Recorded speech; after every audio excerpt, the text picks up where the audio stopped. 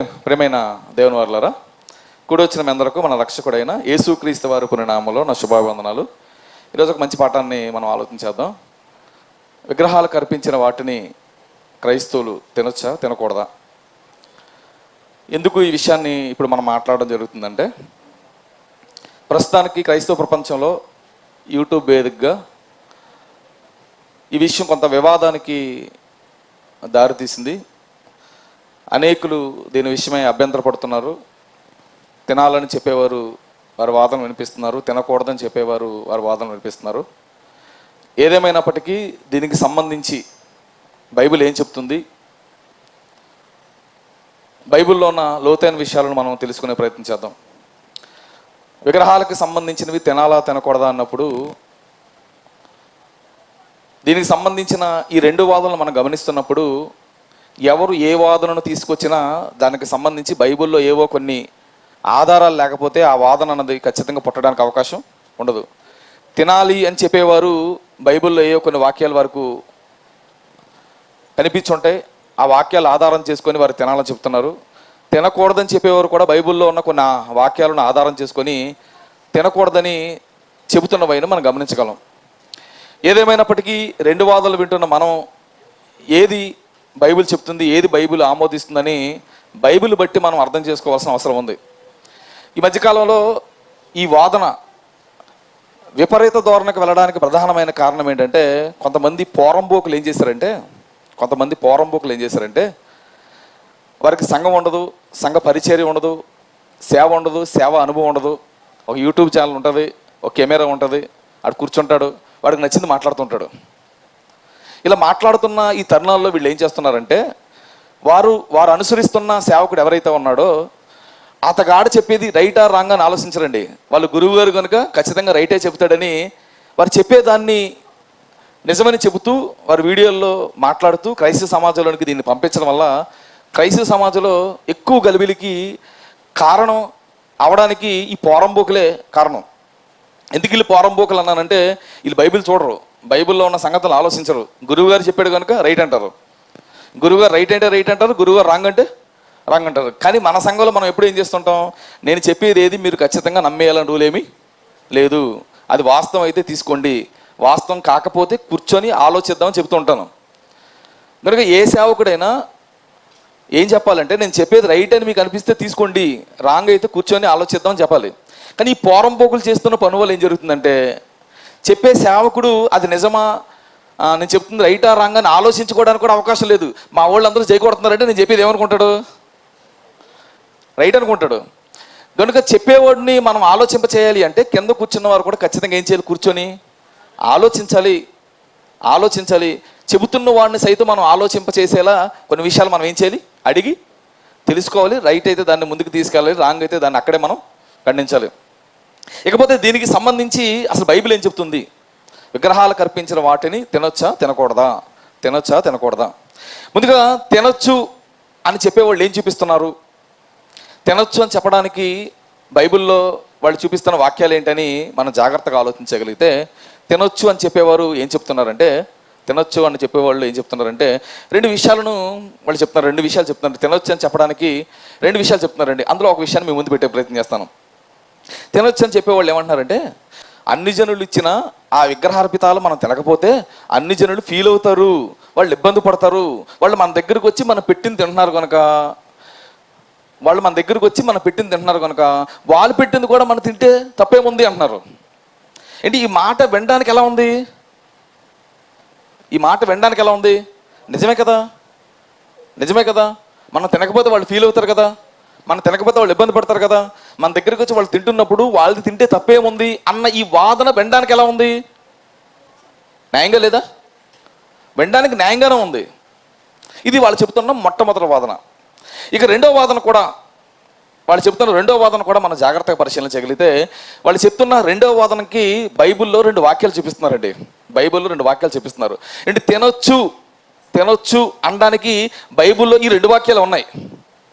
ఆ రెండు వాక్యాలని వాళ్ళు చూపిస్తున్నారు. ఆ రెండు వాక్యాలు కూడా ఒకసారి మనం ఆలోచన చేద్దామండి. కొరింథీయులకు రాసిన మొదటి పత్రిక 8వ అధ్యాయం, ముందుగా 4వ వచనాన్ని చదువుదాం. కాబట్టి విగ్రహములకు బలిగా అర్పించిన వాటిని తినుట విషయము లోకమందు విగ్రహము వట్టిదనియు ఒక్కడే దేవుడు తప్ప వేరొక దేవుడు లేడని ఎరుగుదుము. దేవతలు అనబడిన వారును ప్రభువులు అనబడిన వారును అనేకములు ఉన్నారు. ఆకాశమందైనను భూమి మీదైనను దేవతలు అనబడినవి ఉన్నను మనకు ఒక్కడే దేవుడు ఉన్నాడు, ఆయన తండ్రి. ఆయన నుండి సమస్తము కలుగును, ఆయన నిమిత్తం మనం ఉన్నాము. మరియు మనకు ప్రభు ఒక్కడే, ఆయన యేసుక్రీస్తు. ఆయన ద్వారా సమస్తము కలుగును, మనము ఆయన ద్వారా కలిగిన వారము. ఇక్కడ ఉన్న ఈ వాక్య భాగాన్ని మనం ఆలోచిస్తున్నప్పుడు విగ్రహాలకు సంబంధించిన వాటి కోసం ప్రారంభించాడు. ప్రారంభిస్తూ వెంటనే చెప్పాడు విగ్రహము లోకమందు విగ్రహము వట్టిది. లోకమందు విగ్రహము వట్టిది, దేవుడు ఒక్కడే ఉన్నాడు, ఆయన తప్ప వేరొక దేవుడు లేడు అని ఈ వాక్యాన్ని చూపిస్తున్నారండి. విగ్రహాలకు సంబంధించిన సందర్భం, ఆ సందర్భంలో లోకమందున్న విగ్రహము వట్టిది అని ఈ వాక్యం చూపించి వెంటనే 8వ వచనం చూపిస్తున్నారండి. 8వ వచనం చూద్దాం. భోజనమును బట్టి, ఏ భోజనం? విగ్రహాలకు సంబంధించిన భోజనాల కోసం మాట్లాడుతున్నాడు. విగ్రహాలకు సంబంధించిన భోజనాల కోసం మాట్లాడుతూ విగ్రహము ఒట్టిది అని చెప్పాడు. 4వ వచనంలో విగ్రహము ఒట్టిది అన్నాడు. ఇప్పుడు విగ్రహం ఒట్టిది అని చెబుతూ ఇప్పుడు 8వ వచనంలో ఏం చెప్తున్నాడంటే భోజనమును బట్టి దేవుని ఎదుట మనము మెప్పు పొందము, తినకపోయినందున మనకు తక్కువ లేదు, తిననందున మనకు ఎక్కువ లేదు. విగ్రహము ఒట్టిది అంటున్నాడు. 8వ వచనంలో ఆ భోజనం తిన్నా ఏం కాదు, తినకపోయినా ఏమి కాదని ఈ వచనాన్ని చూపిస్తున్నారు. ఈ వచనాన్ని చూపిస్తూ వెంటనే మరొక వచనాన్ని చూపిస్తున్నారు. తిమోతికి రాసిన మొదటి పత్రిక 4వ అధ్యాయం.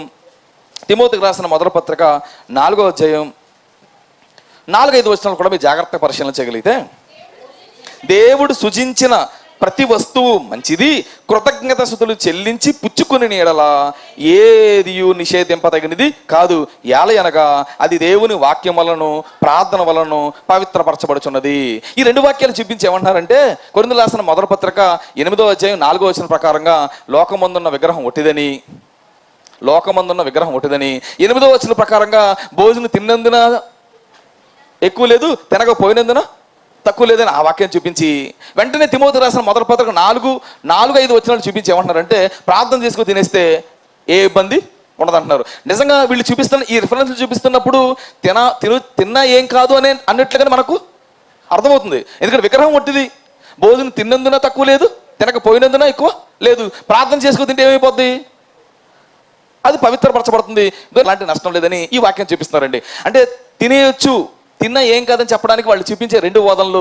మొట్టమొదటిది ఏంటంటే తినకపోతే అన్ని జనులు ఫీల్ అవుతారు, వాళ్ళు ఇబ్బంది పడతారు, మన దగ్గరకు వచ్చి వాళ్ళు తింటున్నారు కనుక వాళ్ళది తిన్నా తప్పేమి కాదనడానికి మొదటి వాదన చూపిస్తున్నారు.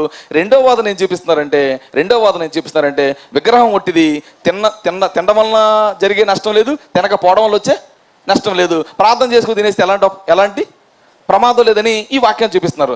నిజంగానే వాళ్ళు చెప్తున్నప్పుడు నిజమే కదా, విగ్రహం ఒట్టిది కదా, తిన్న ఏమి నష్టం లేదు కదా అని మనకు అనిపిస్తుంటుంది. కానీ ఆ వాక్యాలు నిజంగానే అలా రాయబడ్డాయా, వారు చెబుతున్న ఆ విధానంలోనే ఆ వాక్యాలు రాయబడ్డాయా అని మనం జాగ్రత్తగా ఆ వాక్యాలు మళ్ళీ మనం పరిశీలన చేయగలిగితే జాగ్రత్తగా మిమ్మల్ని ఆలోచింపజేస్తాను. వాళ్ళు చెప్తున్న ఆ 2 వాదనలను మన బైబిల్ దగ్గర తీసుకొచ్చి మనం ఆ 2 వాదనలు మనం జాగ్రత్తగా ఆలోచించగలిగితే అందులో వాళ్ళు చెప్తున్న 2వ వాదన మనం ఆలోచించేద్దామండి. మొదటి వాదన కోసం తర్వాత మాట్లాడదాం. 2వ వాదన ఏమంటున్నారంటే విగ్రహము ఒట్టిది, తినేయడం వలన జరిగే నష్టం లేదు, తినకపోవడం వల్ల జరిగే నష్టం లేదు, ప్రార్థన చేసుకుని తినేస్తే ఎలాంటి నష్టం లేదని వారు చూపిస్తున్న వాదన మనం జాగ్రత్తగా ఆలోచించగలిగితే ఒక 3 విషయాలు చెప్పి మిమ్మల్ని ఆలోచింపజేసే ప్రయత్నం చేస్తానండి. 3 విషయాలు చెప్పి మిమ్మల్ని ఆలోచింప ప్రయత్నం చేస్తానండి. నిజంగా వాళ్ళు అంటున్నట్లుగా విగ్రహం ఒట్టిదే, తినడం వలన జరిగే నష్టం లేదు, తినకపోవడం వల్ల జరిగే నష్టం లేదు, ప్రార్థన చేసుకుని తినేమని ఆ వాక్యం చూపిస్తున్నారు. నిజంగానే విగ్రహానికి సంబంధించిన ఆహారంలో, విగ్రహార్పితంలో ఏమీ లేకపోతే, వాళ్ళు అన్నట్లుగా వాళ్ళు చూపిస్తున్న 2 వాక్యాలను బట్టి ఏమీ లేకపోతే తిమోతికి రాసిన మొదటి పత్రిక మీరు జాగ్రత్తగా ఆలోచించాలండి. వాళ్ళు అన్నట్లుగా విగ్రహం ఒట్టిది, తినడం వల్ల కూడా ఎలాంటి నష్టం లేదు, ప్రార్థన చేసుకుని తినేమన్నాడు అని వాళ్ళు చెప్తున్న ఆ వాదనని ఇప్పుడు మన బైబిల్ దగ్గర రాగలిగితే విగ్రహార్పితంలో ఏమీ లేకపోతే, వాళ్ళు అన్నట్టుగా ఏమీ లేకపోతే తిమోతికి రాసిన మొదటి పత్రిక 4వ అధ్యాయం 5వ వచనం చదవండి. వాళ్ళు చూపిస్తున్న రెఫరెన్స్ చూద్దాం. ఏలయనగా అది దేవుని వాక్యం వలన ప్రార్థన వలన పవిత్రపరచబడుచున్నది. నిజంగానే నిజంగానే విగ్రహార్పితంలో ఏమీ లేదనుకుందాం వాళ్ళు అన్నట్లుగా. ఏమీ లేకపోతే ప్రార్థన చేయడం వల్ల అది ఏమవుతుందంట? ప్రార్థన చేయడం వల్ల అది పవిత్రపరచబడుతుందంటే ప్రార్థనకు ముందు ఏంటది? అపవిత్రమైందని ఏం చేయకూడదు? మరి ఏమీ లేదు కదా.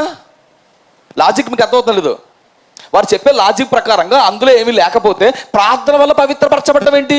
ప్రార్థన వల్ల అది పవిత్రపరచబడుతుందంటే అంతకుముందు ఏదో అందులో, అంతే కదండి. లాజిక్ అర్థమైందా లేదా? ఫాలో అవుతున్నారా? అర్థం కలదా? అర్థమైందో చేస్తాను, ముందుకెళ్తాను. అర్థమైంది కదా? ఓకే. అంటే వాళ్ళు చెప్పే లాజిక్ ప్రకారంగా విగ్రహం ఒట్టిది, అందులో విగ్రహార్పితంలో ఏమీ లేదు అన్నది వాళ్ళు వాదన ప్రకారంగా ప్రార్థన చేసుకో తినేయచ్చు అనుకుంటే, వాళ్ళు ప్రార్థన చేయడం వల్ల అది పవిత్రపరచబడుతుంది అంటున్నాడంటే ప్రార్థనకు ముందు అది ఖచ్చితంగా అపవిత్రమైనదే. ఆలోచించాలి మనం. ఇక రెండోది కూడా మనం జాగ్రత్తగా ఆలోచించే ప్రయత్నం చేస్తాం. రెండో విషయాన్ని కూడా మీకు జాగ్రత్తగా ఆలోచింపజేసే ప్రయత్నం చేస్తానంటే, ఇక రెండోదిగా ఏంటంటే తిమోతికి రాసిన మొదటి పత్రిక 4వ అధ్యాయం 4-5 వచనాలు చదువుతున్నారు. వాళ్ళు 4-5 వచనాలు చదువుతున్నారు. ఏమని చదువుతున్నారు? దేవుడు సూచించిన ఆహార వస్తువులు ప్రతిదీ మంచిది, కృతజ్ఞతాస్తుతులు చెల్లించి పుచ్చుకుని ఎడల ఏదియు నిషేధింపదగినది కాదు. ఏలయనగా అది దేవుని వాక్యం వలన ప్రార్థన వలన పవిత్రపరచబడుతున్నది. ఏమంటే ఈ వాక్యాన్ని చూపించి చాలామంది ఏం చేస్తారంటే ప్రార్థన చేసుకుని తినేస్తే ఏం కదండి అంటున్నారు. అసలు ఆశ్చర్య విషయం ఏంటంటే తిమోతికి రాసిన మొదటి పత్రిక 4వ అధ్యాయం 1-5 వచనాలు మనం జాగ్రత్తగా పరిశీలన చేయగలిగితే ఇక్కడ చెబుతున్న ఈ విషయాలు దేనికి సంబంధించి చెప్పనా? విగ్రహాలకు అర్పించిన వాటి కోసం మాట్లాడలేదు. ఇవి విగ్రహాలకు సంబంధించిన ఆహార వస్తువుల కోసం కాదు చెప్తున్నాడు. దేనికోసం చెప్తున్నాడు? 1వ వచనం కూడా చదువుదాం. 1వ వచనం. అయితే కడవరి దినములలో కొందరు అబద్ధికులు వేషధారణ వలన మోసపురుచు ఆత్మలయందు దయ్యముల బోధయందు లక్ష్యముంచి విశ్వాసభ్రష్టులగుదురని ఆత్మ తేటగా చెప్పుచున్నది. కడవరి దినాల్లో అబద్ధ బోధకులు వస్తారు. వాళ్ళు వేషధారణ వల్ల జనాల్ని వాళ్ళు దయ్యాల బోధ చేత ఏం చేస్తారు? మోసపూస్తారు. నాకు అర్థమవుతుందని పౌలు తిమోతికి పత్రిక రాస్తున్నాడు. 3వ వచనం. ఆ అబద్ధికులు ఎలాంటి బోధ చేస్తారంట? అబద్ధికులు వాత వేయబడిన మనస్సాక్షి గలవారే వివాహం నిషేధించుచు. వాళ్ళ అబద్ధ బోధల్లో ఒక బోధ ఏంటంట? పెళ్ళిళ్ళు చేసుకోకూడదంటారంట.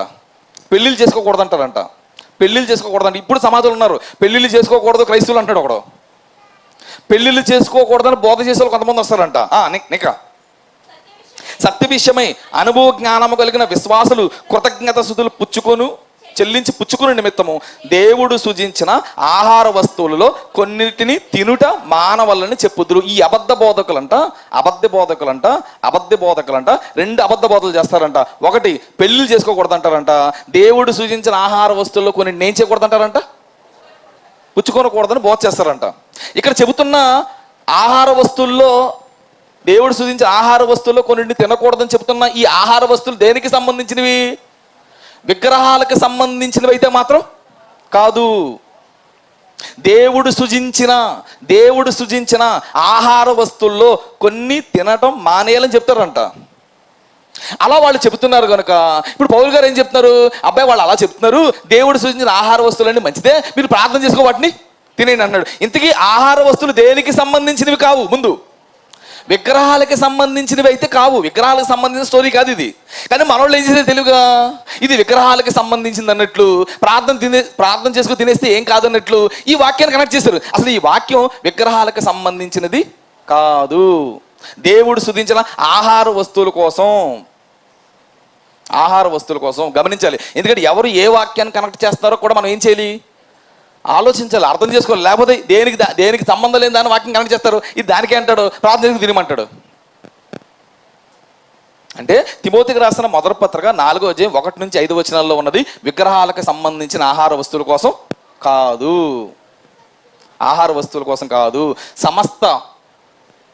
సమస్త వస్తువులు, దేవుడు సూచించిన ఆహార వస్తువులు, సమస్త సృష్టిలో ఉన్న ఆహార వస్తువుల కోసం మాట్లాడుతున్నాడు. అవి తినకూడదని చెప్తారంట కొంతమంది. ఎందుకు తినకూడదని చెప్తున్నారంటే పాత నిబంధనలోనే దేవుడు ఆహార వస్తువుల్లో కొన్నింటి తినకూడదని చెప్పాడు ముందే. దేవుడు పాత నిబంధనలో కొన్ని ఆహార వస్తువులు తినకూడదని చెప్పాడు. విగ్రహాలకు సంబంధించిన వాటి కోసం నేను మాట్లాడలేదు. దేవుడు కొన్ని ఆహార వస్తువులు తినకూడదని చెప్పాడు. ఎక్కడ? ద్వితీయోపదేశ కాండము 14వ అధ్యాయం 3-21 వచనాలు మీరు చదవగలిగితే చూడండి ఏమున్నాయి అక్కడ. నువ్వు హేయమైనది ఏయు తినకూడదు, నువ్వు తినవలసినవి ఏంటో చెప్పాడు. నువ్వు తినవలసినవి ఏంటో చెప్పాడు. ఇంకా కిందకు వస్తే తినకూడదు ఏంటో చెప్పాడు. అంటే దేవుడు ఇశ్రాయేలులకు పాత నిబంధనలో కొన్ని ఆహార వస్తువులు తినకూడదని ముందుగానే చెప్పాడు. తినకూడదని ముందుగానే చెప్పాడు. ఇప్పుడు దేవుడు తినకూడదంటే ఆహార వస్తువులు ఏం చేయకూడదు? ఎవరు? ఇశ్రాయేలుతో దేవుడు కొన్ని ఆహార వస్తువులు తినకూడదన్నాడు. దేవుడు తినకూడదన్నాడు అంటే ఖచ్చితంగా వాటిని ఏం చేయకూడదు? తినకూడదు. నిజంగానే ఇశ్రాయేలు దాన్ని పాటించారంటే చాలా బాగా పాటించారండి. మీ అందరికీ తెలుసు దానియేలు గారి జీవితాన్ని మీరు గమనించండి. దానియేలు గారు బబులోను దేశానికి వెళ్ళిపోయినప్పుడు, బానిసగా వెళ్ళిపోయినప్పుడు, అందులో ఒక నలుగురిని, షడ్రక్, మేషక్, అబేద్నెగో, దానియేలు అనే కొంతమందిని, జ్ఞానం కలిగిన కొంతమందిని రాజు కొంతమందిని ఎంచుకొని తన సమూహంలో ఉంచుకొని తన రాజ్యం కొరకు పనిచేసేలా వారిని వాడుకోవడానికని కొంతమందిని నియమిస్తాడు. అలా నియమించినప్పుడు ఈ షడ్రక్, మేషక్, అబేద్నెగో, దానియేలుని ఒక నపుంసకుడికి అప్పచెప్తాడు. 10 రోజుల పాటు నీ కాడ ఉంచుకో, మన రాజ్యానికి సంబంధించిన ఆహారాలు అన్నీ వీరికి పెట్టు, వీళ్ళు పుష్టిగా తయారవుతారు, ఆ తర్వాత నా దగ్గర తీసుకురామని నపుంసకుడికి వారిని అప్పచెప్పినప్పుడు షడ్రక్, మేషక్, అబేద్నెగో, దానియేలు వీళ్ళు ఏం చేస్తారు చెప్పనా? ఆ నపుంసకుడితో మాట్లాడతారు. ఏమంటారు చెప్పనా? ఏమండి, మీ రాజుగారు మాకు పెట్టాలనుకుంటున్న ఆహారాన్ని మేము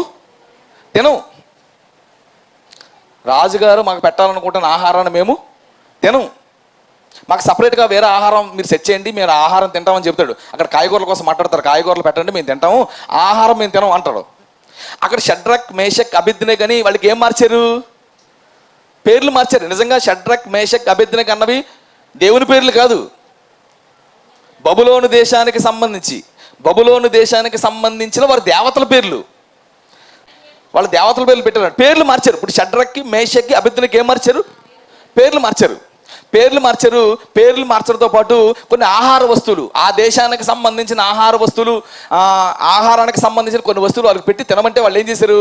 మీరు పేర్లు మార్చారు కదా, పేర్లు మార్చినది మాకు ఎలాంటి ప్రాబ్లం లేదు, మీరు ఏ పేర్లను పెట్టుకోండి, మాకు మేము పలుకుతాం. కానీ మీరు పెట్టిన ఆహారాన్ని అయితే మేము ఏం చేయము, తినమన్నారు. అంటే ఇశ్రాయేలీయులు దేవుడు పెట్టిన ఆహార విషయంలో చాలా నిష్ట కలిగి ఉంటారన్నట్లుగా మనకు అర్థమవుతుంది. ఇక కొత్త నిబంధనలు కూడా మీరు జాగ్రత్తగా రాగలిగితే, కొత్త నిబంధనలో కూడా పేతురు అనే వ్యక్తి మనకు కనబడుతుంటాడు. పేతురును కూడా దేవుడు ఏం చేస్తాడు? దర్శులు ఏం చేస్తున్నాడు? పేతురు గారు కూడా ఏం చెప్తున్నాడు చూడండి. పేతురు ఒక అపోస్తల కార్యాలు 10వ అధ్యాయం 9 నుంచి కొన్ని విషయాలు చూద్దాం. మర్నాడు వారు ప్రయాణమై పోయి పట్టణములకు సమీపించినప్పుడు పగల ఇంచుమించు 12 గంటలకు పేతురు ప్రార్థన చేయుటకు మిద్దె మీదకి ఎక్కెను. అతడు మిక్కిలి ఆకలిగొని భోజనం చేయగోరును. ఇంటివారు సిద్ధము చేయుచుండగా అతడు పరవాసుడై ఆకాశం తెరబడి 4 చెంగులు పట్టి దింపబడి పెద్ద దుప్పటలో నుండి ఒక విధమైన పాత్ర భూమి మీదకు దిగివచ్చుట చూచెను. అందులో భూమి యందుండు సకల విధములైన చతుర్పాద జంతువులను, పాకు పురుగులను, ఆకాశ పక్షులను ఉండును. అప్పుడు పేతురు, నీవు లేచి చంపుకొని తినమని ఒక శబ్దం అతనికి వినబడును. అయితే పేతురు, వద్దు ప్రభువా, నిషిద్ధమైనది అపవిత్రమైనది ఏదైనను నేను ఎన్నడైనను తినలేదని చెప్పగా, దేవుడు ఏమంటున్నాడు? ఆ దర్శనంలో కొన్ని ఆహార వస్తువులు తన ముందు పెట్టి ఇవి తినేమంటున్నాడు. అప్పుడు పేతురు ఏమంటున్నాడు? దేవా, నేను తినను, నేను చిన్నప్పటి నుంచి వీటిని ఏం చేయట్లేదు, నేను ఎన్నడూ దీనిని. అంటే ఆ కొన్ని దేవుడు తినవద్దన్న ఆహార వస్తువులు షడ్రక్, మేషక్, అబేద్నెగో, దానియేలు దగ్గరికి వచ్చినప్పుడు తినలేదు. పేతురు గారిని దేవుడే తినమంటున్నా కూడా నేను తిన్నాడు. అంటే పాత నిబంధనలో దేవుడు పెట్టిన నియమాన్ని ఇశ్రాయేలు ఖచ్చితంగా పాటిస్తున్నారు. అయితే పేతురు గారిని తినమని చెప్పాడు. పేతురు గారు తిన్నన్నాడు. ఏం కదవయ్యా, తినవయ్యా అన్నాడు. ఈలోపు అయితే పేతురు, వద్దు ప్రభువా, నిషిద్ధమైనది అపవిత్రమైనది ఏదైనా నేను ఎన్నడను తినలేదని చెప్పగా, దేవుడు పవిత్రము చేసిన వాటిని నువ్వు నిషేధమైనదిగా వాటిగా ఎంచవద్దని మరలా 2వ మారు ఆ శబ్దం అతనికి వినబడును. ఇలాగ 3 మారు జరుగును. వెంటనే ఆ పాత్ర ఆకాశం నాకు 3 సార్లు చెప్పాడంట, తినమన్నాడంట దేవుడు. పేతురు నేను తిన్నాడంట. ఈలోపు ఆకాశానికి ఆ పాత్ర వెళ్ళిపోయిందంట. వెంటనే కొంతమంది వచ్చి, అబ్బాయి నువ్వు పనాల ప్రాంతానికి రావయ్యా, దేవుని మాటలు చెప్పడానికి. కానీ పేతురుని పిలుస్తాడు. పేతురు కొర్నేలు ఇంటికి వెళ్తాడు. కొర్నేలు ఇంటికి వెళ్ళిన తర్వాత అక్కడ ఏం జరుగుతుంది? కొర్నేలు అన్నాడు రోమీడు వాళ్ళ అన్నిల దగ్గరికి వెళ్ళడం, అన్నిలకు దేవుని మాటలు చెప్పడం. అప్పటికే పేతురికి ఏదో టెన్షన్ ఉంది. ఏమని? అన్నిలతో యూదులకి ఏమి లేదు, సాంగత్యం లేదు. దేవుడు ఎందుకు పంపించాడా అని అర్థం కాలేదు. వెళ్ళాడు, దేవుని మాటలు చెప్పాడు. అక్కడ దేవుని ఆత్మ వాళ్ళ మీదకి వస్తుంది. అప్పుడు పేతురుకి అర్థమవుతుంది, దేవుడు పక్షపాతి కాదు. అంటే అన్ని జనులు కూడా దేవుడు తన సంఘంలోనికి పిలుచుకుంటున్నాడని పేతురు కూడా అర్థమైపోతుంది. అంటే అన్ని జనులు దేనికి సూచన అంటే అన్ని జనులు దేనికి సూచన అంటే పాత నిబంధనలో దేవుడు కొన్ని ఆహార వస్తువులు వారిని తినవద్దని చెప్పాడే, ఆ తినవద్దనడానికి సూచనగా ఎవరున్నారు? అన్ని జనులు ఉన్నారు. ఎప్పటి వరకు? యేసుక్రీస్తు చనిపోయి తిరిగి లేచి పరలోకానికి వెళ్ళి సంఘాన్ని ప్రారంభించే వరకు అన్ని జనులు దేనికి సూచన? దేవుడు తినవద్దన్న కొన్ని ఆహార వస్తువులకు సూచనగా ఉన్నారు. ఎప్పుడైతే దేవుడు పరలోకానికి వెళ్ళాడో, సంఘం ప్రారంభమైందో, సంఘంలోనికి అన్ని జనులు కూడా రావడం ప్రవేశం జరిగింది. అన్ని జనులు ఎప్పుడైతే లోపలికి ప్రవేశం జరిగిందో, దేవుడు తినవద్దన్న ఆహార వస్తువులు కూడా ఇప్పుడు ఏం చేయొచ్చు? తినొచ్చు. అంటే పాత నిబంధనలో దేవుడు ఇశ్రాయేలుతో చెప్పిన కొన్ని ఆహార వస్తువులు ఇప్పుడు తినకూడదని రూల్ ఏమీ లేదు. కానీ అదే రూల్ని ఏం చేస్తున్నారంటే అదే రూల్ని కొంతమంది సేవకులు ఏం చేస్తారంట, దేవుడు పాత నిబంధనలు తినొద్దన్నాడు కదా, తినకూడదని బోధిస్తున్నారంట. ఆ విషయాన్ని ఇప్పుడు పౌలు గారు చెప్తూ, తిమోతి దాన్ని మైండ్లో పెట్టుకుని చాలా మంది అక్కడ తినొద్దన్నాడు కదా, మళ్ళీ తినకూడదని మళ్ళీ బోధ చేస్తున్నారు. అదేమి లేదురా అబ్బాయి, దేవుడు సూచించిన ఆహార వస్తువులన్నీ మంచివే, మీరు ప్రార్థన చేసుకో, వాటిని తినమని చెప్పాడు. అంటే తిమోతి రాసిన మొదటి పత్రిక 1 నుండి 5 వచనాలకు సంబంధించిన ఈ ఆహార వస్తువులు విగ్రహానికి సంబంధించినవి అయితే కాదు. సమస్త ఆహార వస్తువుల కోసం మాట్లాడుతున్నాడు, వాటి కోసం దేవుడు మాట్లాడుతున్నాడు. వాటిని ప్రార్థన చేసుకో, దేవుడు తినేయమంటున్నాడు. వీళ్ళు ఏం చేశారంటే తెలుగుగా ఈ వాక్యాన్ని దాన్ని కనెక్ట్ చేసి విగ్రహాలకు సంబంధించినవి అవి ప్రార్థన చేసుకో, దేవుడు తినేయమంటున్నాడు, తినేసినాం కదని చెప్తున్నారు వీళ్ళు. ఇది రెండో వాదన. అంటే రెండో వాదన కూడా ఎలా లేదు? వాళ్ళు చెప్పేది న్యాయంగా లేదు.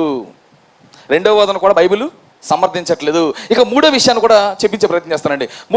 చూపించే ప్రయత్నం, వాళ్ళు ఏ వాక్యం అయితే చెప్పి చూపించి తినేయమంటున్నారో ఆ వాక్యాన్ని కూడా ఆలోచన చేద్దామండి. కొరింథీయులకు రాసిన మొదటి పత్రిక 8వ అధ్యాయం, 8వ అధ్యాయం 4వ వచనం 8వ వచనం చూపిస్తున్నారు. 4వ వచనం 8వ వచనం చూపిస్తున్నారు. 4వ వచనంలో ఏముంది? విగ్రహము ఒట్టిది. 8వ వచనంలో ఏముంది? ఆ భోజనం తినేసిన తక్కువ లేదు, తినకపోయినందున ఎక్కువ లేదని చూపిస్తున్నారు. ఆ రెండు వాక్యాలు చూపించి తినేసి అంటున్నారు. అయితే ఇప్పుడు ఆ అధ్యాయాన్ని అంతా మనం జాగ్రత్త పరిశీలన చేద్దామండి. ఇప్పుడు ఆ అధ్యాయాన్ని అంతా మనం జాగ్రత్త పరిశీలన చేస్తాం కదా. ముందు 7వ వచనం చదువుదాం, చూద్దామండి. 7వ వచనం అసలు ఏముందో చూద్దాం. అయితే అందరి యందు ఈ జ్ఞానం లేదు. ఏ జ్ఞానం? తినాలా తినకూడదన్న జ్ఞానం అందరి యందు లేదు. 4వ వచనంలో ఏం చెప్పాడు? విగ్రహం ఒట్టిదే అన్నాడు, అందులో ఏమీ లేదన్నాడు. ఇప్పుడు విగ్రహం ఒట్టిదే, అందులో ఏమీ లేదన్నప్పుడు మళ్ళీ 7వ వచనంలో ఏం చెప్తున్నాడు? అందరి యందు ఈ జ్ఞానం లేదంటే ఇప్పుడు తినమనా తినకూడదనా? విగ్రహం ఒట్టిదే, అందులో ఏమి లేదన్నప్పుడు ఇప్పుడు పని కట్టుకో, అందరి యందు ఈ జ్ఞానం లేదని ఇలాంటి మాటలు ఏం చేయకూడదు? చెప్పకూడదు. కానీ ఇప్పుడు పని కట్టుకో దేవుడు మళ్ళీ పౌలు గారి చేత ఈ మాట రాయిస్తున్నాడు, అందరి యందు ఈ జ్ఞానం లేదు. కొందరు ఇదివరకు విగ్రహములను ఆరాధించేవారు కనుక తాము బుధించు పదార్థములు విగ్రహముకు బలి ఇవ్వబడినవని ఎంచి బుధించుదురు, ఇందువలన వారు మనస్సాక్షి బలహీనతపై అపవిత్రమగుచున్నది. 7వ వచనంలో ఏం చెప్తున్నాడు? కొంతమంది అంతకుముందు విగ్రహాలు అర్పించి వాటిని తిని వాటిని అనుసరించే వాళ్ళు ఇప్పుడైతే దేవుళ్ళలోకి వచ్చారు. అయితే ముందు అనుసరించి తినేవాళ్ళు ఇప్పుడు లోపలికి వచ్చి ఒకవేళ తినేశారు అనుకో, అలాంటి వారు కొత్తగా వచ్చిన వారు లోపలికి వచ్చి విగ్రహాలకు అర్పించింది ఏమీ లేదు కదా అని మనం చెప్తున్న మాటలు విని వాళ్ళు లోపలికి వచ్చి వాళ్ళు తినేశారు అనుకోండి, వాళ్ళ హృదయం ఏమవుతుంది? అపవిత్రం అవుతుంది. అంటే విగ్రహంలో ఏమి లేనప్పుడు తింటే ఎందుకు అపవిత్రం అవుతుంది? కొంచెం లాజిక్ ఆలోచించండి. విగ్రహం ఒట్టిదే అన్నాడు, అందులో ఏమీ లేదన్నాడు, తినడం వల్ల నష్టం లేదు, తినకపోవడం వల్ల నష్టం లేదు, తినడం వల్ల నష్టం లేదు అన్నాడు. ఇప్పుడు కొత్తగా వచ్చినవాడు తింటే ఇందువలన వారు మనస్సాక్షి బలహీనతమై అపవిత్రమవుతున్నది అన్నాడు. అందులో ఏమీ లేకపోతే కొత్తగా వచ్చినవాడు తింటే ఎందుకు అపవిత్రమవుతుంది? కొత్తగా వచ్చిన వాడు తింటున్నప్పుడు వాడు హృదయం అపవిత్రం అవుతుందంటే అందులో ఏదైనా ఉందనా లేదనా? కొంచెం ఆలోచించండి. 8వ వచనం కూడా చదువు. 8వ వచనం, భోజనం బట్టి దేవుని యొద్ద మనం మెప్పు పొందము, తినకపోయినందున మనకు తక్కువ లేదు, తినినందున మనకు ఎక్కువ లేదు. 9వ వచనం, అయినను తినడం వల్ల వచ్చేది ఏమి లేదంట, తినకపోవడం వల్ల జరిగేది ఏమి లేదంట అని చెబితే ఏమన్నాడు? అయినను మీకు కలిగి ఉన్న ఈ స్వాతంత్రం వలన బలహీనులకు అభ్యంతరం కలగకుండా చూసుకోండి. అందులో ఏమి లేదు, నా దగ్గర జ్ఞానం ఉంది, నేను తినేస్తాను, నువ్వు అన్నావు, ఓకే తింటే తిను. అయితే నువ్వు తినేయడం వల్ల బలహీనులకు ఏం జరుగుతుంది? కొత్తగా వచ్చినోడికి ఏం జరుగుతుంది? అది చూడటం వల్ల అభ్యంతరం కలుగుతుంది. అంటే కొత్తగా వచ్చిన వారికి ఏం కలగకుండా చూసుకోమంటున్నాడు? అభ్యంతరం కలగకుండా చూసుకోమంటున్నాడు. అంటే కొత్తగా వచ్చిన వారి దగ్గర మనం ఏం చెప్పకూడదు? అందులో ఏమి లేదురా, తినేసిన ఏం కాదని చెప్పకూడదు. అంతే కదా? వాడి దగ్గర జ్ఞానం లేదు, నీ దగ్గర నా దగ్గర ఉన్నంత జ్ఞానం వాడి దగ్గర లేదు కనుక వాడికాడ జ్ఞానం లేదు కనుక, కొత్తగా వచ్చాడు కనుక, మనం చేసిన పని వాడు చేస్తాడు కనుక, మనం తింటే వాడు తినేస్తాడు కనుక, వాడికి తెలియదు కనుక వాడు అభ్యంతర పడే అవకాశం ఉంటుంది. వాడు అభ్యంతర పడకుండా చూసుకోమన్నాడంటే వాడి దగ్గర మనం ఏం చేయకూడదు? ఎవరు మాట్లాడలేదు. కొత్తగా వచ్చిన దగ్గర ఏం చేయకూడదు? మనం చెప్పకూడదు, తినకూడదు. చెప్పినా ప్రాబ్లమే, తిన్నా ప్రాబ్లమే వాడికి, ఎందుకంటే కొత్తవాడాడు. అదే మళ్ళీ చదవండి 9వ వచనం. అయినను మీకు కలిగి ఉన్న ఈ స్వతంత్రం వలన బలహీనులకు అభ్యంతరం కలగకుండా చూచుకొనుడి. 10వ వచనం. ఏలయనగా జ్ఞానము కలిగిన నీవు విగ్రహముల యందు భోజన పంక్తిని కూర్చుండగా ఒకడు చూచిన ఎడల బలహీనమైన మనస్సాక్షి గల అతడు విగ్రహములకు బలి ఇవ్వబడినది పదార్థములు తినుటకు ధైర్యం తెచ్చుకున్నాడు కదా. నువ్వు తినేయడం వల్ల వాడు చూసాడు అనుకో, వాడు తినే ధైర్యం తినడానికి వాడు ఏం చేస్తాడు? వాడు తినకూడదా? ఇప్పుడు నేను అన్ని తినేస్తారా, నేను తిన్నా ఏం కాదు అన్నట్లుగా బైబిల్లో ఆ వాక్యం అలా అర్థమవుతుంది. ఇప్పుడు నేను తినడం వల్ల ఏమీ కాదు అన్నట్లుగా అర్థమవుతుంది. ఈ వాక్యాన్ని బట్టి నేను తినేస్తుంటే కొత్తగా వచ్చినవాడు తింటే వాడికి ఏదో ప్రమాదం అన్నట్లుగా అర్థమవుతుంది. కొత్తగా వచ్చినవాడు తింటే ఏంటి ప్రమాదం? అందులో ఏమీ లేదు కదా. కొత్తోడైనా పాతోడైనా తినడం వల్ల అందులో ఏమీ లేకపోవడం, అందులో ఏమీ లేనప్పుడు కొత్తోడైనా పాతోడైనా తింటే ఏంటి ప్రాబ్లం? కొత్తోడిని పనిగట్టుకు తినొద్దు అన్నాడంటే అందులో ఏదో. ఒక్కసారి మీరు ఆలోచించండి. 10వ వచనం. ఎలయనగా జ్ఞానము కలిగిన నీవు విగ్రహముల యందు భోజన పంక్తిని కూర్చుండగా ఒకడు చూచిన ఎడల బలహీనమైన మనస్సాక్షి గల అతడు విగ్రహములకు బలి ఇవ్వబడని పదార్థములు తినుటకు ధైర్యం తెచ్చుకున్నాడు కదా. బలహీనమైన వాడు కొత్తగా వచ్చినవాడు కూడా తినడానికి ఏం చేస్తాడు? ధైర్యం తెచ్చేసుకుంటాడు కదా. ఇప్పుడు కొత్తగా వచ్చినవాడు తినకూడదని బైబిల్ చెప్తుంది. కొత్తగా వచ్చినవాడు ఎందుకు తినకూడదు? అందులో ఏమీ లేదు కదా. నా పాయింట్ మీకు అర్థమవుతుంది లేదు. కొత్తగా వచ్చినాడు తినేస్తాడు. నువ్వు ముందు నుంచి ఉన్నావు, నీకు జ్ఞానం వచ్చు, అందులో ఏది లేదని నీకు తెలుసు. నువ్వు తినేయడం వల్ల, అది చూడడం వల్ల కొత్తగా వచ్చినాడు కూడా తినేస్తాడు. కొత్తగా వచ్చిన వాడు ఏం చేయకూడదు? ఎందుకు తినకూడదు? అందులో ఏమీ లేదు కదా అంటున్నాను నేను. అందులో ఏమీ లేకపోతే కొత్తగా వచ్చినాడు ఎందుకు తినకూడదు? ఇంకా కిందకి వద్దాం. అందువలన ఎవరి కొరకు క్రీస్తు చనిపోవునో ఆ బలహీనుడైన నీ సహోదరుడు నీ జ్ఞానమును బట్టి నశించిపోతాడు. కొత్తగా వచ్చిన వాడు నిన్ను బట్టి, నువ్వు చేస్తున్న దాన్ని బట్టి, నువ్వు తిన్నావు కనుక అని వాడు తినేస్తే వాడు ఏమైపోతాడు? అదేంటి? అందులో ఏమీ లేనప్పుడు కొత్తగా వచ్చినవాడు తింటే ఎందుకు నశించిపోతాడు? అదో లాజిక్ ఆలోచిస్తున్నారు మీరు. అందులో ఏమీ లేదు కదా. తినడానికి వాడు ధైర్యం తెచ్చుకుంటే ప్రాబ్లం ఏంటి? అందులో ఏమీ లేదు కదా. తింటే వాడు ఎందుకు నశించిపోతాడు? ఏమీ లేదు కదా. ఏమీ లేనప్పుడు వాడు ధైర్యం తెచ్చుకుంటే ప్రాబ్లం ఏంటి? ఏమీ లేనప్పుడు వాడు ఎందుకు నశించిపోతాడు? ఇంకా కింద వచ్చి చెప్తున్నాడు చూడండి ఏమంటున్నాడు? ఇలాగు సహోదరులకు విరోధముగా పాపము చేయుట వలన ఏంటి? మన వల్ల వాడు తినేస్తే మనకేం కలుగుతుందంట? అదేంటి? అందులో ఏమీ లేదు కదండి. అందులో ఏమీ లేనప్పుడు మనకెందుకు పాపం కలుగుతుంది? ఆలోచించాలి మీరు. మళ్ళీ చదవండి. ఇలాగు సహోదరులకు విరోధముగా పాపము చేయుట వలన వారు బలహీనమైన మనస్సాక్షిని నొప్పించడం వలన మీరు క్రీస్తుకు విరోధముగా పాపము చేయువారు అవుతున్నారు. జ్ఞానం ఉన్న నీవు తినమని చెప్పినా, జ్ఞానమున్న నీవు తినేసినా, కొత్తోడు దాన్ని చూసి వాడు అదే పని చేస్తే, వాడు తిన్నాడు కనుక నీకేమొస్తుంది? వాడు తింటే మనకు పాపం రావడం అందులో ఏమీ లేదు కదా. అర్థమవుతుంది నా పాయింట్లు మీకు? అర్థమవుతుందా? అందులో ఏమీ లేనప్పుడు సహోదరుడికి అభ్యంతరం కలిగించకూడదు ఎందుకు చెప్తున్నాడు? అందులో ఏమీ లేనప్పుడు సహోదరుడు నశించిపోతాడు ఎందుకు చెప్తున్నాడు? అందులో ఏమీ లేనప్పుడు వాడు తింటే మనకు పాపం వస్తుంది ఎందుకు చెప్తున్నాడు? అందులో ఏమీ లేదు కదా. అందులో ఏమీ లేకపోతే పౌలు గారు ఏమన్నారు చూడండి చివరగా. కాబట్టి భోజన పదార్థం వలన నా సహోదరికి అభ్యంతరం కలిగిన ఎడల నా సహోదరికి అభ్యంతరం కలగజేయకుండుటికే నేను ఎన్నటకు మాంసం తింటాను, నేను మానేస్తాను అంటున్నాడు. ఏమీ లేదు కదా పౌలా, నువ్వే చెప్తున్నావు ఏమీ లేదని. నువ్వు మానేడు ఎందుకు? నా పాయింట్లు మీకు అర్థమవుతాం లేదు. ఏమీ లేనప్పుడు పౌలు గారు ఎందుకు మానేయాలి? ఏమీ లేనప్పుడు సహోదరుడు తినేస్తే మనకు పాపం ఎందుకు వస్తుంది? ఏమీ లేకపోతే సహోదరుడు ఎందుకు నశించిపోతున్నాడు? ఏమీ లేకపోతే సహోదరుడికి అభ్యంతరం కలగజేయకూడదు ఎందుకు చెప్తున్నాడు? కొంచెం మీరు ఆలోచించాలి. నిజంగా ఈ వాక్యాలన్నింటిని బట్టి తినమని చెప్తుందా, తినకూడదని చెప్తుందా? ఈ వాక్యం. కానీ ఈ వాక్యం చూపించి ఏం చెప్తారు మనోళ్ళు? తిన్నేం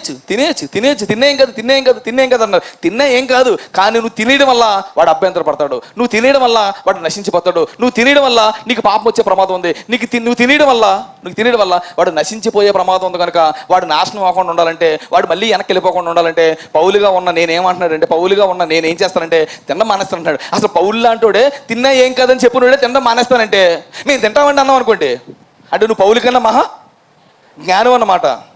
ఇప్పుడు పౌలు లాంటి మహాజ్ఞానే నేను తినడం మానేస్తాను మొర్రో అంటే మనం ఏం చేయాలి? ఇప్పుడు తిన్నా ఏం కాదు బైబిల్ అంతగా తింటానంటే పౌలు కంటే మహాజ్ఞానం మనం. అంటే ఇక్కడ చెబుతున్న ఈ వాక్యాలన్నింటినీ మనం ఆలోచిస్తున్నప్పుడు తినకూడదన్నట్లుగానే ఉన్నాయండి వాక్యాలు. అవునే కదా? ఒక్కసారి మీరు లాజిక్ ఆలోచించండి. ఎవడో చెప్పిన మాటలు మీరు బుర్రలో తీసాను కొద్దిసేపు. వాళ్ళు మేధావులే, తెలివైనోళ్ళే, జ్ఞానవంతులే, వాళ్ళ సిద్ధాంతాన్ని బలపరచుకోవడానికి మాట్లాడుతున్నారు తప్ప ఇక్కడ ఉన్న వాక్యాలన్నింటినీ ఒక దగ్గరికి తీసుకొచ్చి మనం ఆలోచిస్తున్నప్పుడు తినకుండా ఉండడమే మంచిది. ఈ వాక్యం చూపించే 4వ వచనం 8వ వచనం చూపించేమన్నారు? తినేసినాం కదా అంటున్నారు. 4వ వచనం 8వ వచనం చూసావు, 5వ వచనం 6వ వచనం 8వ వచనం 9, 10, 11, 12, 13 వచనాలు మనం చూస్తున్నప్పుడు తినకుండా ఉండడమే మంచిది అన్నట్లు మనకు అర్థమవుతుంది. లేదండి మీరు అపార్థం చేసుకున్నారేమో, పౌలు గారు చెప్పిన మాటలు అక్కడ తినవచ్చు అన్నట్లుగానే ఉందండి అని ఒకవేళ మీకు ఇంకా డౌట్ ఉంటే ఇదే పౌలు 10వ అధ్యాయంకి వచ్చేసరికి ఏం చెప్తున్నాడు చూడండి. 10వ అధ్యాయంకి నిజంగా తిన్నా ఏం కాదన్న ఉద్దేశంతోనే మాట్లాడుతున్నాడా, తినకూడదన్న ఉద్దేశంతో మాట్లాడుతున్నా మనకు తెలియాలంటే ఇప్పుడు 8వ అధ్యాయం కానీ 10వ అధ్యాయం వద్దాం. 10వ అధ్యాయులు ఏం చెప్తారు చూడండి. 10వ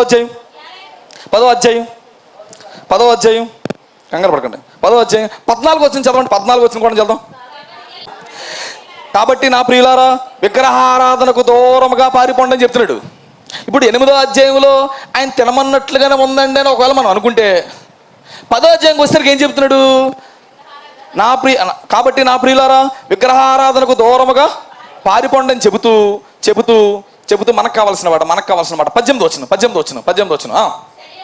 శరీర ప్రకారము ఇశ్రాయేలుని చూడండి, బలి అర్పించిన వాటిని తినువారు బలితో పాలువారు కారా. 19వ వచనం. ఇక నేను చెప్పినదేమి? విగ్రహార్పితములో ఏదైనా ఉన్నదని, విగ్రహములలో ఏదైనా ఉన్నదని చెప్పుదునా? విగ్రహం అర్పితంలో విగ్రహానికి సంబంధించిన బోధనలు ఏదన్నా ఉందని నేను చెప్తున్నాను మీరు అనుకుంటున్నారా అని అంటూ లేదు కానీ ఆయన ఏమన్నాడు? అందులో ఏమీ లేదని చెబుతూనే ఏమంటున్నాడు? లేదు కానీ అన్యజనులు అర్పించు బలులు దేవునికి కాదు దయ్యాలకే అర్పించుచున్నారు. లేదు కానీ అన్ని జనులు అర్పించు బలులు దేవునికి కాదు దయ్యానికే అర్పించున్నారని చెప్పుచున్నాను. మీరు దయ్యములతో పాలువారు ఒకటి నాకు ఇష్టం లేదు. అందులో ఏమీ లేదు కానీ మీరు తింటే నాకు ఇష్టం లేదు అంటున్నాడు. అదేంటి? పౌలు గారు మాటలు అర్థం చేసుకోవడం చాలా కష్టం అండి. పేతురు ఏమన్నాడు చెప్పనా? పౌలు గారి కోసం పేతురు ఏమన్నాడు? పౌలు గారు చెప్పిన సంగతులను అర్థం చేసుకోడు కష్టం అన్నాడు. కొద్దిసేపు తినేసిన ఏం కాదన్నట్టుగా మాట్లాడుతున్నాడు. మళ్ళీ ఏమన్నాడు? అందులో ఏమీ లేదు కానీ అది తినడం నాకు ఇష్టం లేదు, మీరు అది తినడం నాకు ఏం పౌలు అంటే ఇప్పుడు చెప్తున్నాడు కింద. మీరు ప్రభు పాత్రలోను దెయ్యముల పాత్రలోనిది కూడా తాగునేరరు. మీరు ప్రభు పాత్రలోనిది దెయ్యాల పాత్రలోనిది తాగనేరరు అని చెబుతూ ఏమన్నాడు చూడండి. ప్రభు బల్ల మీద ఉన్నదానిలోను దెయ్యముల బల్ల మీద ఉన్నదానిలోను కూడా పాలు పొందునేరరు. ప్రభునకు రోషం పుట్టించదువా? ఆయనకంటే మనం బలవంతులమా? అన్ని విషయంలో నాకు స్వతంత్రం కలదు కానీ అన్నీయూ చేయదగినవి కావు. అన్నిటి యందు నాకు స్వతంత్రం కలదు కానీ అన్నీయూ క్షేమాభివృద్ధిని కలగజేయవు. అందులో ఏమి లేదు కానీ మీరు తినడం నాకు ఇష్టం లేదు. అవి దేనికి సంబంధించినవి? అవి దెయ్యాలకి సంబంధించినవి. అది దెయ్యం బల్ల మీద ఉన్నవి మీరు ఏం చేయకూడదు, తినకూడదు. మీరు దేవుని బల్ల మీద తింటున్నప్పుడు దెయ్యాల బల్ల మీద మీరు తినడం నాకు ఇష్టం ఏమి లేదు కదా పౌలా. ఏమి లేదన్నట్లు నువ్వే మాట్లాడుతున్నావు, మళ్ళీ ఏమంటున్నావు? తినొద్దు అంటున్నావు. అంటే పౌలు గారు చెబుతూనే ఏమంటున్నాడు? తినొద్దని చెప్తున్నాడు. ఏం చెప్తూనే? విగ్రహం ఒట్టిది, అందులో ఏమి లేదు, అది మీకు తెలుసు నాకు తెలుసు, అయినా నువ్వేం చేయకూడదు? తినకూడదు. అయినా తినకూడదు. ఏమంటే తినొచ్చు అనేలా ఉన్నది ఒకే ఒక అధ్యాయం. ఏ అధ్యాయం? 1 కొరింథీ 8వ అధ్యాయంలో అక్కడక్కడున్న కొన్ని పదాలు తీసుకొని ఏమంటున్నారు?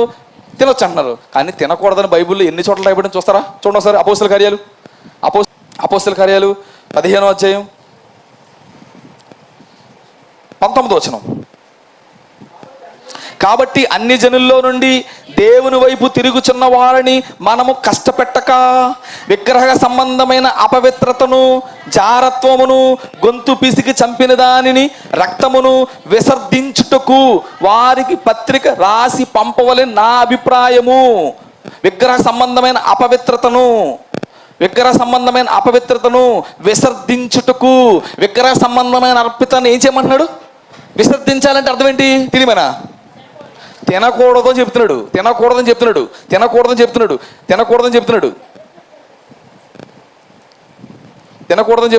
వచనం కూర్చోండి.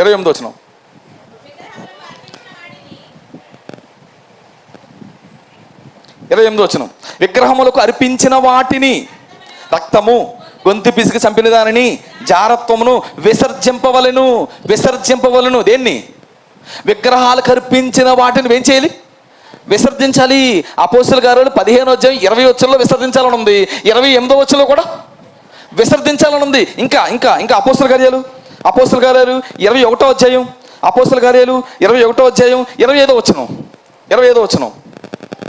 అయితే విశ్వసించిన అన్ని జనుల గూర్చి వారు విగ్రహముకు అర్పించిన వాటిని, రక్తమును, గొంతు పిసికి చంపిన దానిని, జారత్వమును మానవలసి ఉన్నదని నిర్ణయించి వారికి రాసి ఉన్నామని చెప్పిరి. విగ్రహకు అర్పించిన వాటి కోసం ఏం చెప్తున్నాడు? వాటిని ఏం చేయాలంట? మానాలి. అక్కడేమో విసర్జించాలన్నాడు. అపోస్తలుల కార్యాలు 15:20 విసర్జించాలన్నాడు. అపోస్తలుల కార్యాలు 15:28 కూడా ఏమన్నాడు?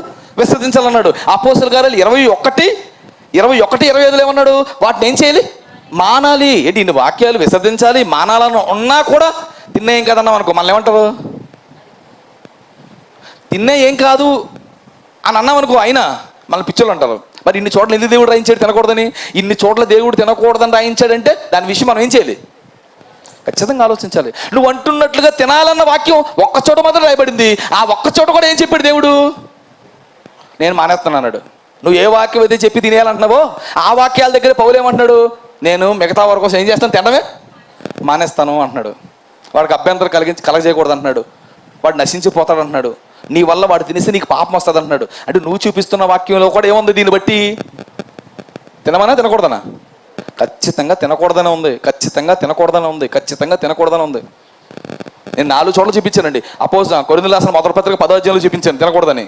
అపోస్తలుల కార్యాలు 15:20 చూపించాను. అపోస్తలుల కార్యాలు 15:28 చూపించాను. అపోస్తలుల కార్యాలు 21:25 కూడా ఏం చూపించాను? తినకూడదని చెప్తాను. ఇంకా మరికొన్ని వాక్యాలు చూపిస్తాను చూడండి. ప్రకటన గ్రంథం 2వ అధ్యాయం. 14వ వచనం. 2వ అధ్యాయం 14వ వచనం. అయినను నేను నీ మీద కొన్ని తప్పిదములు మోపవలసి ఉన్నది. అదేమనగా విగ్రహములకు బలి ఇచ్చిన వాటిని తినినట్లు, జారత్వం చేయనట్లు ఇశ్రాయేలుకు ఉరువడ్డమని బాలాకు నేర్పిన బేలాము బోధ అనుసరించేవారు నీలో ఉన్నారు. నీ మీద ఒక తప్పిదం మోపాల్సి ఉంది. ఏంటి ఆ తప్పిదం అంటే, విగ్రహాలకు అర్పించిన వాటిని నువ్వేం చేస్తున్నావు? తినేమని చెబుతున్నావు. అది మంచి బోధ కాదు. విగ్రహాలకు అర్పించిన వాటిని ఏం చేయకూడదు? తినకూడదు. 20వ వచనం. అయినను నీ మీద తప్పు ఒకటి నేను మోపవలసి ఉన్నది. అదేమనగా తాను ప్రవర్తనని చెప్పుకొనుచున్న యెజబెలు స్త్రీని నువ్వు ఉండనిచ్చుచున్నావు. జారత్వం చేయుటకు, విగ్రహములకు బలి ఇచ్చిన వాటిని తినుటకు అది నా దాసులకు బోధించు వారిని మోసపుచ్చుచున్నది. విగ్రహాలకు అర్పించిన వాటిని తినేమని చెప్పే బోధ ఏ బోధ? దయ్యాల బోధ. అది ప్రజలను మోసపుచ్చే బోధంట. అంటే బైబిల్లో ఇన్ని చోట్ల ఇన్ని వాక్యాలు తినకూడదని చెప్పిన తర్వాత కూడా తిన్నా ఏం కాదన్నామంటే మనకు బైబిల్ సరిగ్గా అర్థం కాలేదు. బైబిల్ ఖచ్చితంగా చెప్తుంది వాటిని మనం ఏం చేయకూడదు? తినకూడదు. అందులో ఏమి లేదు కదండి. అందులో ఏమి లేదు. ఏదో ఉందని నేనే అంటలేదు. నేనే కదా, పౌలు కూడా ఏమంటున్నాడు? అందులో ఏదో ఉందని పౌలు అంటాడా? పౌలు కూడా ఏమంటున్నాడు? విగ్రహం కొట్టిది, అందులో ఏమి లేదు. అయినా నువ్వేం చేయకూడదు? తినకూడదు. ఏమయ్యా అంటే మూర్ఖులకు ఈ తరం వారికి ఎలా ఉండాలి? వేరుగా ఉండాలి. నువ్వు ప్రత్యేకంగా ఉండాలి. వాళ్ళతో కలిసిపోతానంటే ఎలా? నువ్వు వాళ్ళతో కలిసిపోతానంటే ఎలా? పైగా తినేయొచ్చు అని చెప్పి వాళ్ళు ఏమంటున్నారు? తినకపోతే వాళ్ళు ఫీల్ అవుతారండి, తినకపోతే వాళ్ళు అభ్యంతర పడతారండి.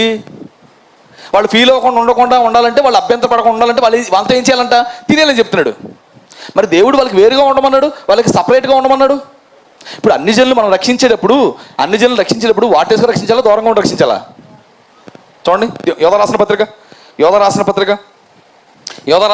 మొదటి అధ్యాయం, మొదటి అధ్యాయం 22-23 వచ్చిన కూడా మీరు జాగ్రత్త పరిశీలన చేయగలిగితే, సందేహపడి వారి మీద కనికరం చూపుడి, అగ్నిలో నుండి లాగినట్లు కొందరినైనా రక్షించండి.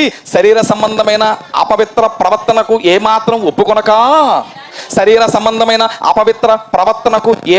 ఒప్పుకొనక, దానిని అసహించుకొనుచు భయముతో కొందరు రక్షించండి. వాళ్ళు ప్రవర్తన మనం ఏం చేయకూడదు, ఒప్పుకోకూడదు. వాళ్ళు తినమంటే తింటాను, వాళ్ళు చేయకూడదు కొడతాను, వాళ్ళు వాటేసుకుంటాను, వాళ్ళు ప్రేమిస్తాను, వాళ్ళు దగ్గర అలవడకూడదు, నువ్వు దూరంగా ఉండాలి. వాడు చేసే పని అసహించుకోవాలి, అయినా వాడిని ఏం చేయలేవు, రక్షించాలి. మన వాళ్ళు తెలివైనడు అతి తిరిగి అట్లా చెప్పడం, వాళ్ళు వాటేసుకొని రక్షిస్తామండి.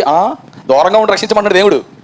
వాడు చేసే అపవిత్ర ప్రవర్తనకి ఏం చేయకూడదు, ఒప్పుకొనక, దాన్ని అసహించుకుంటూనే ఏం చేయాలండి, అసహించుకుంటేనే కాపాడమన్నాడు. మనల్ని ఏమన్నారు, వాళ్ళు ప్రేమిస్తూ కాపాడతామన్నారండి. అదేంటి, వాడు చేసే పనులు చేస్తాను, వాడు చేసే పనులు మనం చేయకూడదు. క్రైస్తవుడు అంటే ఒక ప్రత్యేకత కలిగిన వాడు, లోకానికి వేరుగా ఉండాలి. మూర్ఖులకు, ఈ తరం వారికి మీరు ఎలా ఉండాలి, వేరుగా ఉండాలి. అంటే అన్ని జనులు రక్షించే విధానం మనకి చాలా మందికి తెలియక, అన్ని జనులు ఎలా రక్షించాలో తెలియక, జై కొడితే లోపలికి వచ్చేస్తారండి, వాళ్ళు పెట్టింది తింటే లోపలికి వచ్చి అనుకుంటున్నారు. కానీ బైబిల్ ఎక్కడ వాళ్ళు పెట్టింది తినేయండి, లేదా వాళ్ళు జయకొట్టేయండి, అలా చేస్తే వాళ్ళు రక్షింపడిపోతారని బైబిల్ ఎక్కడ చెప్పలేదండి. అసలు అన్ని జనులు రక్షించే విధానం అది కాదు. ఈ మధ్యకాలం మన సిస్టమ్ మార్చారు. అన్ని జనులు రక్షించే విధానం ఏంటంట, వాళ్ళు జయకొట్టాలంట, వాళ్ళు ఏదైనా ఇస్తే తినేయాలంట. అలా చేస్తే వాళ్ళతో అంటే ఏం కలుగుతుందంట, మనకు మంచి బంధం కలుగుతుందంట. ఈ మంచి బంధంతో ఏం చేయొచ్చంట, దేవుని మాట చెప్పి మార్చొచ్చంట. అబ్బా తెలివితేటలు. కానీ బైబిల్లో ఎక్కడ వారు చేసే పనులు మనం చేస్తూ వాళ్ళని రక్షించమని ఎక్కడ చెప్పలేదండి. అంటే అన్ని జనులను రక్షించడానికి దేవుడు ఒక వ్యక్తిని ఎన్నుకున్నాడు. ఆయన పేరు అపోస్తలుడైన పౌలు. అన్ని జనులను మార్చడానికి దేవుడు ఎంచుకున్నాడు. ఆయన అన్ని జనులు ఎలా మార్చాడో చివరికి వాక్యం చూపిస్తానండి. రోమిల రాసిన పత్రిక 15వ అధ్యాయం, అన్ని జనులు ఎలా మార్చాడో చూడండి. రోమిల రాసిన పత్రిక 15వ అధ్యాయం 15వ వచనం.